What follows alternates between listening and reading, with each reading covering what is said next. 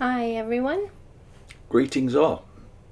We are in the Proclaimer's book. We're on page 140 in the chapter Growing in Accurate Knowledge of the Truth. So what are they doing here? They're talking about how they've changed their minds about Armageddon. It's not a social revolution, as they once thought in anticipation of 1914 in the Russell days. And now they're talking about some glorious events that happened around 1925, actually in 1925 in the Watchtower. We made the point last time that they've omitted to mention so far a book that was put out. The only book they put out in 25 was Comfort for the Jews. Well, next time they're going to talk about that a bit.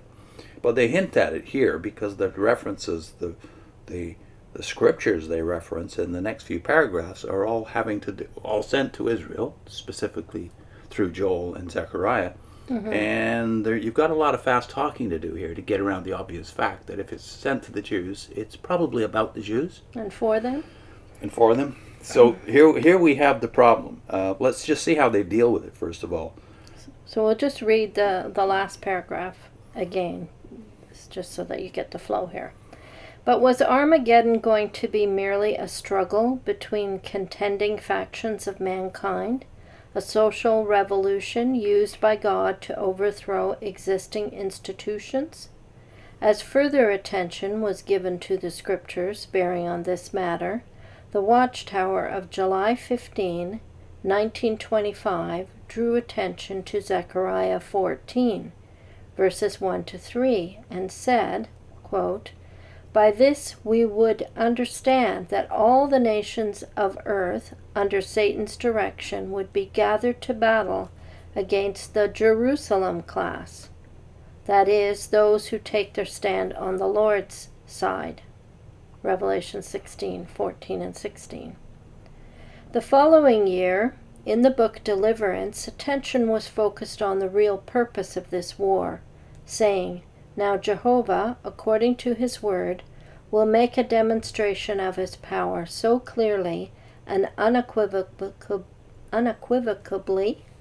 is that right? Unequivocally. Yeah. That's what it is. Exactly. That people may be convinced that this ungodly course and may understand that Jehovah is God. This is the reason why God brought the great flood, threw down the Tower of Babel, destroyed the army of Sennacherib, the Assyrian king, and swallowed up the Egyptians. And it is also the reason why he is now going to bring another great trouble upon the world. The former calamities were but shadows of the one now impending. The gathering is to the great day of God Almighty. It is the great and terrible day of the Lord, Joel 2:31, when God will make for himself a name. In this great and final conflict, the peoples of every nation, kindred, and tongue will learn that Jehovah is the all-powerful, all-wise, and just God. But Jehovah's servants on earth were cautioned. In this great battle, no Christian will strike a blow. The reason they do not is that Jehovah has said, "For the battle is not yours, but God's." The war here being discussed was definitely not the one that was fought among the nations, beginning in 1914. It was yet to come. There were yet other questions that needed to be resolved on the basis of the scriptures.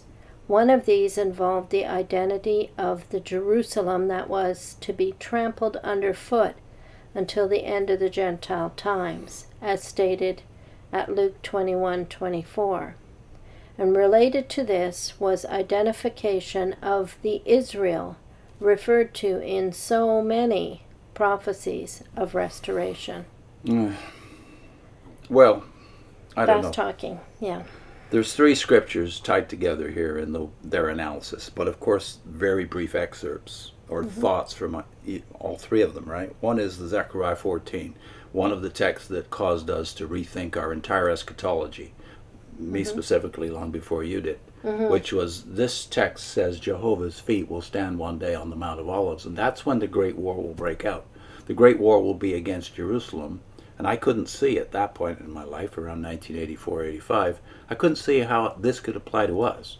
It's about a place. It's about the Mount of Olives. If you read around it in Zechariah 14, which we'll do right now, you find out there's a lot of geographical references in here. Look at the other thing, the other two texts they pick. Well, one is Luke 21:24.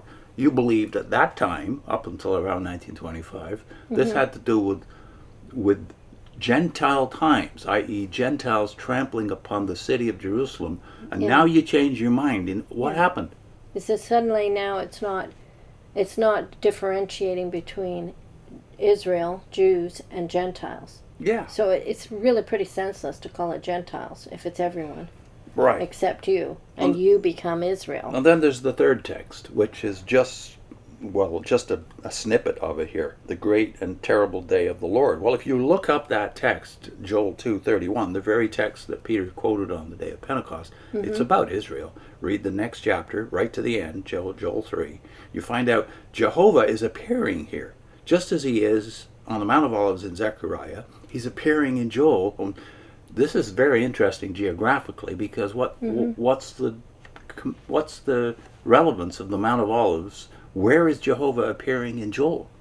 Well, it says in the one text, Zechariah, that his feet are going to stand on the Mount of Olives.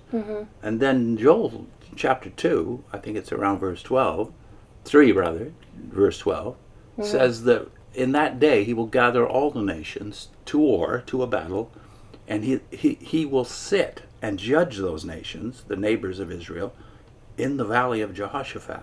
Guess where the valley of Jehoshaphat is? Right next to the Mount of Olives.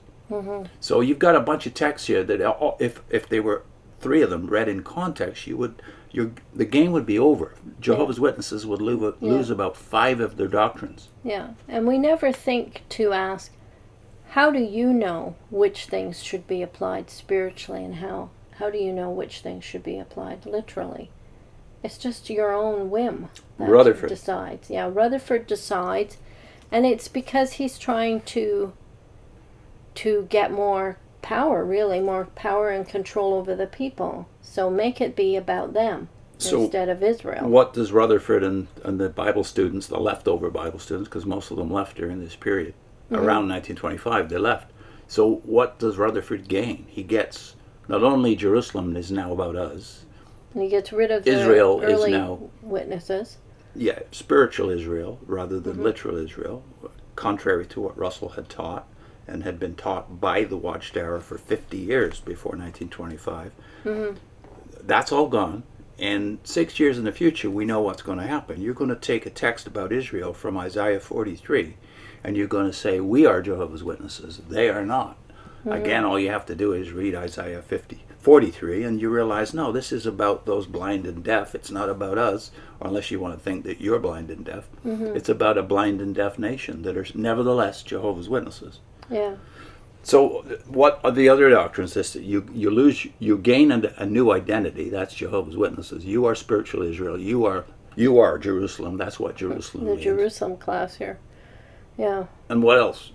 Well, they've redefined who it is that's going to be visibly present. Yeah. You say it's the war of the great day of God the Almighty. We agree with you. But who is the God that's going to be judging on earth? But you have him not never invisible, actually showing up, like never really being there.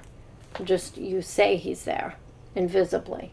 Yeah. So I think when we were discussing this, we talked about the name Jehovah when it's given to Israel to support the idea of him acting in a way that they'd never known before.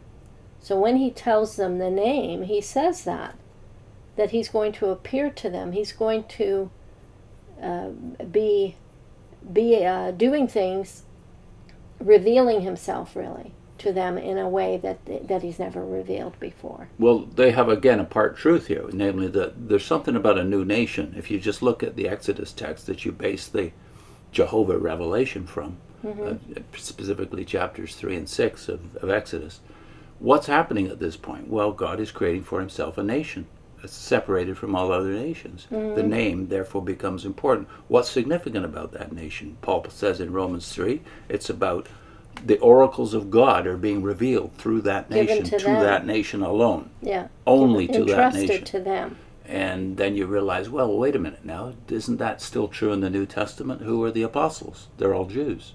So the oracles of God have only been given to one nation. And Jehovah's only appeared to one nation. So it's no accident that the appearances of Jehovah in Genesis and then again in Exodus, when Moses says, I want to see your face, God says, well, no man can see me yet live, but he does appear to him. And he says, you may see my back as I pass by.